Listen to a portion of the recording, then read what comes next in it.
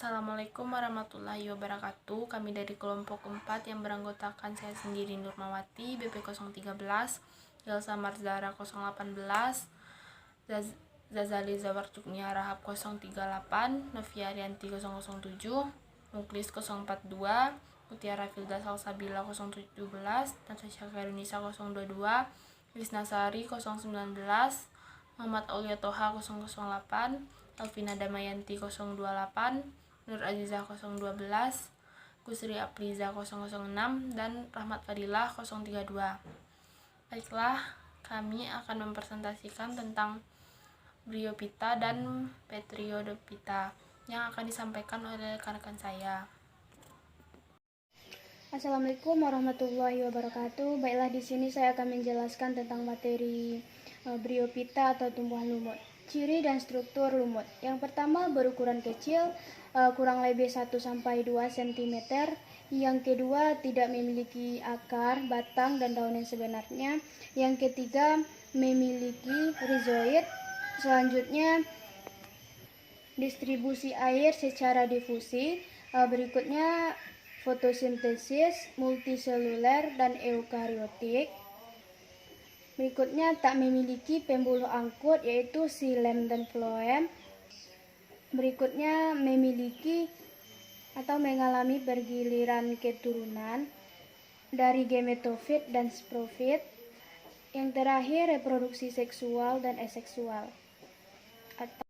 Assalamualaikum warahmatullahi wabarakatuh. Saya Novia Arianti, BP 007, akan melanjutkan presentasi dari teman saya tentang Bryophyta atau tumbuhan lumut.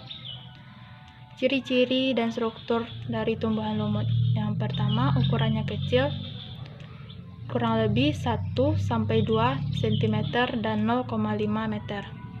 Yang kedua, tidak memiliki akar, batang, daun yang sebenarnya. Yang ketiga, memiliki rhizoid. Yang keempat, distribusi air secara difusi. Yang kelima, fotosintesis multiseluler dan eukariotik. Yang keenam, tidak memiliki pembuluh angkut atau xilem dan floem. Yang ketujuh, mengalami pergiliran keturunan dari gametofit dan sporofit. Yang kedelapan, reproduksi seksual dan aseksual atau spora.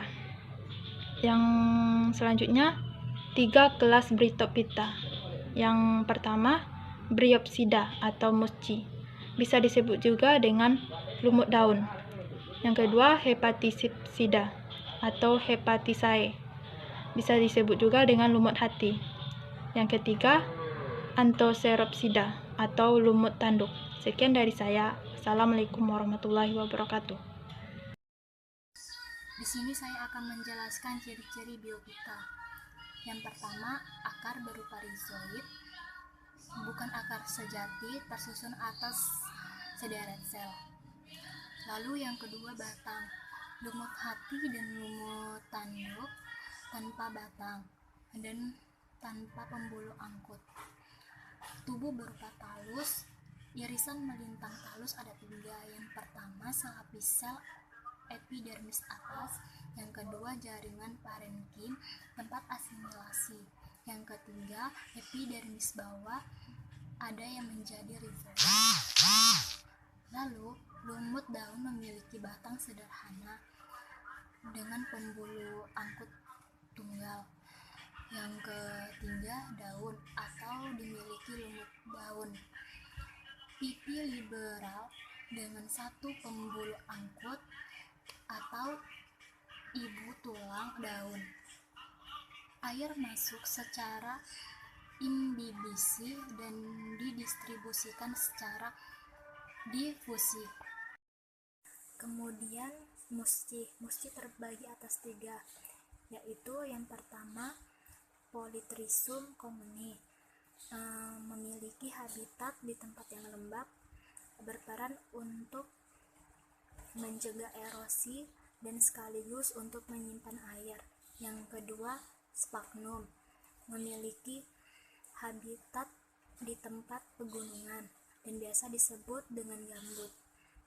Lalu yang ketiga, Tachygia eratophylla, yaitu berasal dari Cina dan Amerika Serikat dan memiliki habitat di tempat yang berbatu dan gurun yang dingin. Struktur tubuh musi. Musi memiliki struktur tubuh 1 batang, 2 daun, 3 seta, 4 sporangium, 5 kaliptra, 6 rhizoid. Sementara Hepaticosidae memiliki struktur tubuh 1 rhizoid, 2 talus, 3 enteridium, 4 arcogonium. Hepaticopsida memiliki ciri-ciri sebagai berikut. 1 yaitu talusnya berbentuk lembaran dan tidak dapat dibedakan akar, batang, dan juga daun. 2. Permukaannya licin. 3. Tumbuh dikotom atau bercabang 2. 4. Tidak memiliki akar, batang, dan daun sebenarnya, maka disebut talus. 5. Struktur talusnya dikenal dengan istilah lobus. 6. Panjang lobus lebih kurang 1 cm. 7. Reproduksinya secara aseksual melalui pembentukan gema, fragmentasi, dan spora. Yang B. Secara seksual melalui peleburan sel spermatozoid dengan sel ovum. Yang ke-8, contohnya yaitu Margansia polymorpha dan Margansia geminata. Assalamualaikum warahmatullahi wabarakatuh. Saya Mutiara Filda Salsabila. Saya di sini akan menjelaskan tentang perbedaan dari 3 kelas Bryophyta. Dari gambar yang pertama dapat kita perhatikan itu contoh dari lumut daun atau Bryopsida yang memiliki batang semu yang tegak dan lembaran daunnya yang tersusun spiral dan yang biasanya dapat ditemukan di tempat yang lembab dan teduh, dan juga dia memiliki kutila dan stomata. Untuk gambar nomor 2 itu dapat kita ketahui itu lumut hati atau Hepaticopsida yang memiliki perbedaannya itu lembarannya berlobus seperti hati, permukaannya licin, struktur talusnya dikenal dengan istilah lobus, panjang lobusnya lebih kurang dari 1 cm.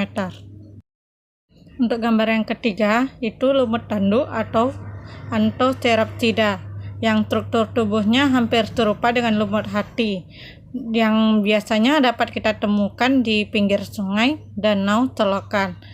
Di sini lumut tanduk sporofitnya akan terus tumbuh selama masa hidup gametofit. Berikut adalah gambar-gambar dari lumut hati, lumut tanduk, dan lumut daun.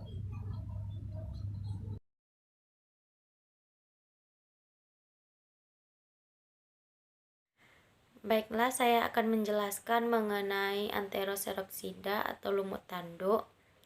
Anthocerapsida atau lumut tanduk merupakan anggota tumbuhan tidak berpembuluh dan tumbuhan berspora yang tergolong ke dalam superdivisi tumbuhan lumut atau Bryophyta. Tumbuhan ini biasanya hidup melekat di atas tanah dengan bantuan rhizoidnya. Memiliki 3 ciri-ciri. Yang pertama, gametofit berbentuk lembaran. Yang kedua, sporofit berbentuk pipa memanjang ke atas seperti tanduk. Yang ketiga, di dalam tanduk dihasilkan spora. Lumut memiliki 3 peranan. Yang pertama, sebagai vegetasi perintis. Yang kedua, di hutan berperan menyerap dan menahan air hujan. Yang ketiga, sebagian memiliki nilai komersil, contohnya sphagnum. Sphagnum biasanya digunakan di kebun karena dapat menyerap air sangat besar, dapat digunakan sebagai bahan bakar, dan dapat diolah menjadi bahan pengganti kapas. Selanjutnya, Marsantia polymorpha biasanya digunakan sebagai obat hepatitis. Selanjutnya masuk kepada Pteridophyta atau tumbuhan paku-pakuan. Tumbuhan paku-pakuan merupakan sekelompok tumbuhan dengan sistem pembuluh sejati, tetapi tumbuhan paku-pakuan tidak pernah menghasilkan biji untuk reproduksi seksualnya. Pteridophyta atau tumbuhan paku. Ciri dan struktur Pteridophyta. Yang pertama, memiliki akar, batang, dan daun sejati. Yang kedua, memiliki jaringan pembuluh angkut. Yang ketiga, batang tumbuh mendatar di dalam tanah disebut rimpang atau rizom. Yang keempat, memiliki daun bervariasi, mikrofil dan makrofil. Berdasarkan fungsinya, daun tumbuhan paku dibedakan menjadi dua. Yang pertama, sporofil, yaitu daun yang menghasilkan spora, dan tropofil, yaitu daun yang berfungsi untuk asimilasi. Assalamualaikum warahmatullahi wabarakatuh. Perkenalkan, nama saya Muhammad Aulia Toha, BP 008. Di sini saya akan melanjutkan presentasi dari teman saya. Klasifikasi. Klasifikasi ada 4 divisi, yaitu 1. Divisi Phyllotophyta, 2. Divisi Lycopodophyta, 3. Divisi Equisotophyta, 4. Divisi Pteridophyta. Oke, baik, saya akan menjelaskan divisi Phyllotophyta. Divisi Phyllotophyta merupakan tanaman tumbuhan paku yang hampir punah. Tidak memiliki daun atau akar sejati, memiliki rhizoid. Contohnya seperti Psilotum. Assalamualaikum warahmatullahi wabarakatuh. Perkenalkan, nama saya Elvina Damayanti dari Program Studi Budidaya Tanaman Pangan BP 028. Baik, di sini saya akan melanjutkan presentasi dari kelompok 4 mengenai divisi Lycopodophyta atau yang sering disebut juga dengan sekelompok tumbuhan berpembuluh. Divisi Lycopodophyta ini jumlahnya sudah mencapai 1000, mikrofil tersusun spiral, sporagium terbentuk dari ketiak daun dan berkumpul membentuk strobilus. Lycopodophyta ini umumnya epifit, contohnya Lycopodium dan Selaginella. Adapun ciri-ciri dari divisi Lycopodophyta ini memiliki helai daun kecil-kecil, dianggap primitif, disebut mikrofil. Setiap helai daun mempunyai satu pembuluh atau yang sering disebut dengan satu urat daun. Sekian. Baiklah, saya akan melanjutkan penjelasan dari teman saya tadi tentang divisi Equisotophyta. Nah, divisi Equisotophyta ini memiliki beberapa ciri, diantaranya yang pertama, jumlah sekitar 15 spesies. Yang kedua, habitat di tempat lembab. Yang ketiga, daun bersisik berbentuk melingkar sesuai buku. Yang keempat, tinggi sekitar 1,3 meter. Yang kelima, di ujung batang terdapat strobilus kekuning-kuningan. Contohnya Equisetum. Nah, pada slide berikutnya terdapat contoh dari divisi Equisotophyta yang disebut dengan Equisetum debile. Equisetum debile disebut juga dengan paku ekor kuda. Paku ekor kuda ini dapat ditemukan di seluruh kawasan kecuali Antartika. Di Asia Tenggara termasuk Indonesia hanya ditemukan satu spesies alami yang disebut dengan Romosium debile atau disebut dengan parumput betung. Sekian dari penjelasan saya, selanjutnya akan dijelaskan dengan teman saya. Assalamualaikum warahmatullahi wabarakatuh. Di sini saya akan melanjutkan penjelasan materi dari teman saya sebelumnya. Saya akan menjelaskan tentang divisi Pteridophyta, yaitu yang memiliki makrofil dengan tulang daun dan mesofil, dan juga memiliki tinggi yang bervariasi dari yang tampak seperti lumut hingga yang menjulang tinggi seperti pohon. Contoh-contohnya yaitu sebagai berikut. 1. Yaitu Alsopila glauca atau yang biasa disebut dengan paku tiang. Yang kedua yaitu Glycenia linearis atau yang biasa disebut dengan paku resam. Selanjutnya yang ketiga yaitu Adiantum cunaetum atau yang biasa disebut dengan suplir. Dan yang keempat, yang terakhir yaitu Marsilea crenata atau yang biasa disebut dengan semanggi. Dan berikut adalah gambar contoh-contohnya. Assalamualaikum warahmatullahi wabarakatuh. Baiklah, di sini saya akan menjelaskan tentang Adiatum cunetum. Adiatum cunetum hidupnya di tanah. Hampir semua paku-pakuan adalah herba atau agak berkayu. Akar pada Adiatum cunetum merupakan rimpang tegak, yang akar sejatinya semakin menaik atau memanjat. Akar berupa rizome beruas pendek yang muncul akar-akar yang berupa serabut. Pada ujung akar dilindungi oleh kapitra atau tudung akar. Yang kedua, saya akan menjelaskan tentang Marsilea crenata. Dimasukkan kelompok paku karena sudah memiliki struktur akar, batang dan daun sejati. Selain itu sudah memiliki jaringan pembuluh dan daun mudanya menggulung sebagai ciri khas dari kelompok tersebut. Klasifikasi Marsilea crenata. Kingdomnya Plantae, subkingdomnya Tracheobinata, divisi Proteobitia, kelas Petridospida, ordo Salviniales, famili Marsiaceae, genus Marsilea, spesies Marsilea crenata.